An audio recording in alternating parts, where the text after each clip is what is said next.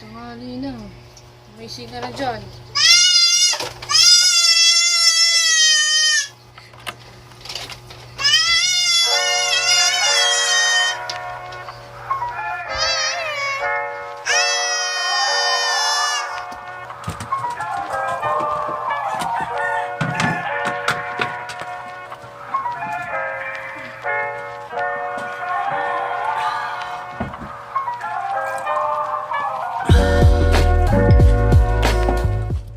Good morning mga baliw.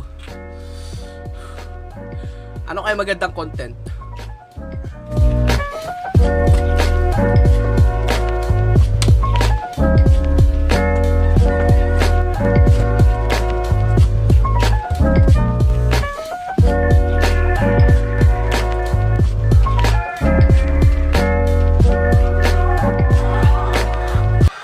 Magpapakain na lang muna tayo ng manok.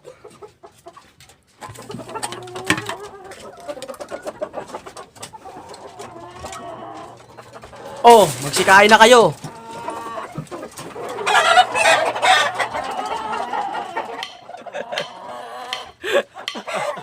So, Tuesday ngayon at day off ko and wala akong maisip na content.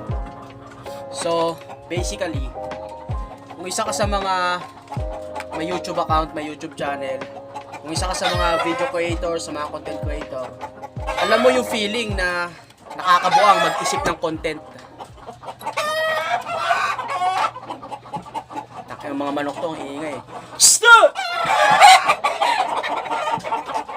Magbablog ako eh!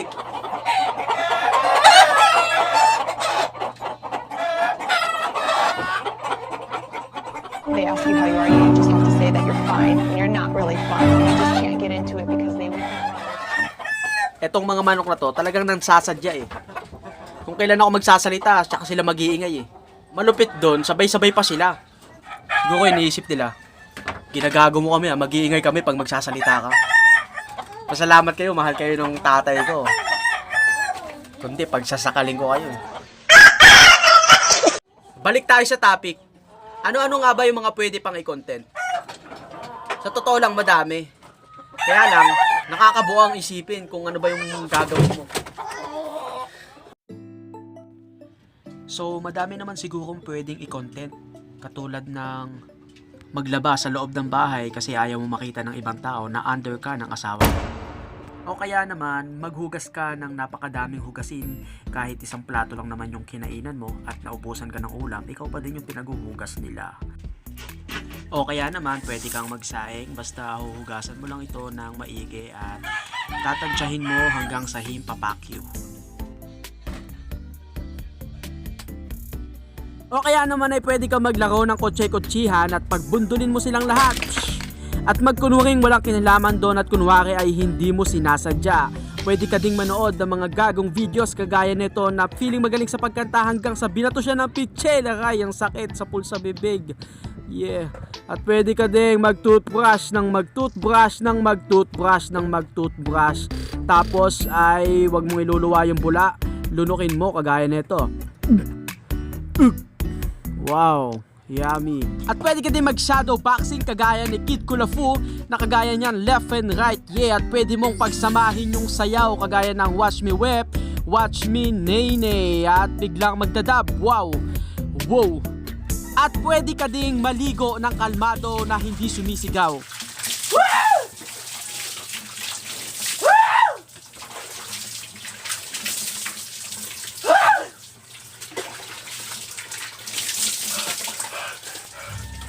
At pwede ka din namang maging mabait na online seller kagaya netong isa na to. Okay, shoutout po sa mga viewers natin. Yo, next item po natin. Brief po ito, pamain na lang po ng brief, pamain. Size extra large po ito, size extra large. Yo, sir, meron po ba kayong sandok? Sir, wala po kaming sandok sir, pero meron po ako ditong may kutsilyo po ako dito. Ano pong address nyo para masungal-ngal ko na to sa tonsil nyo, ha? Ha? Mga nanggagago kayo, eh, no? Pwede ka ding mag-makeup tutorial o kaya mag-skincare kagaya netong si Vanessa na loka-loka. Hi guys! My name is Vanessa and welcome to my vlog. So today's video... Ayan, Yan, pa-close yung mga pores. Yan. So talaga, no? Ayan, so kukuha ka lang ng konti dyan. Tapos apply mo lang isa dyan. Yan, medyo ito guys. Gel ang tatak nito. Konti. Ayan. Tapos apply mo lang siya dyan. Tapos na to, medyo mahal kasi to eh. Ayan, so mag-a-apply ka lang dyan. Tapos magpapout ka lang. Ayan, tapos At pwede ka ding mag-vape tricks.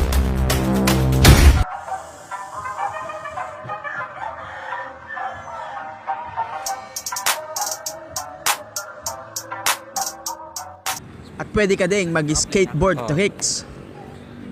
Tol, tricks lang tol.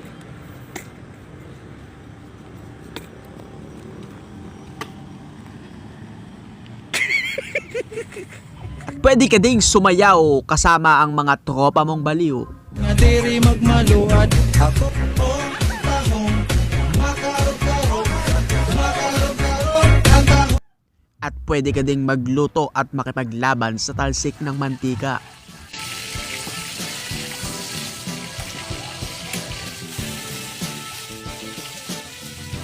At kung walang-wala ka na talagang maisip, ay makapagtawanan ka na lang sa sarili mo.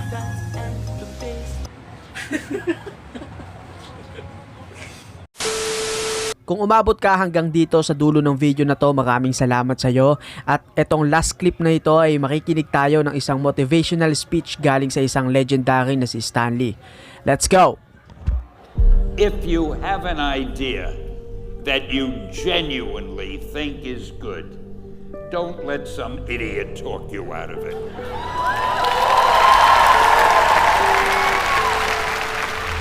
We had already done the Fantastic Four and I think maybe the X-Men, I can't remember the order, but my publisher came to me and he said, Stan, I want you to come up with another superhero. So I said, okay, and I went home, and when my publisher said do something, I'd better do it because I wanted to keep my job. I thought, what can I come up with now? And the most important thing in a superhero at first is the superpower. Once you get that, everything else comes along. So I thought, what power will I give a new guy? And I saw a fly crawling on the wall. And I said, hey, if I could get a superhero that could stick to walls and crawl on them, man, that would be cool. So I thought that was good. Now I needed a name.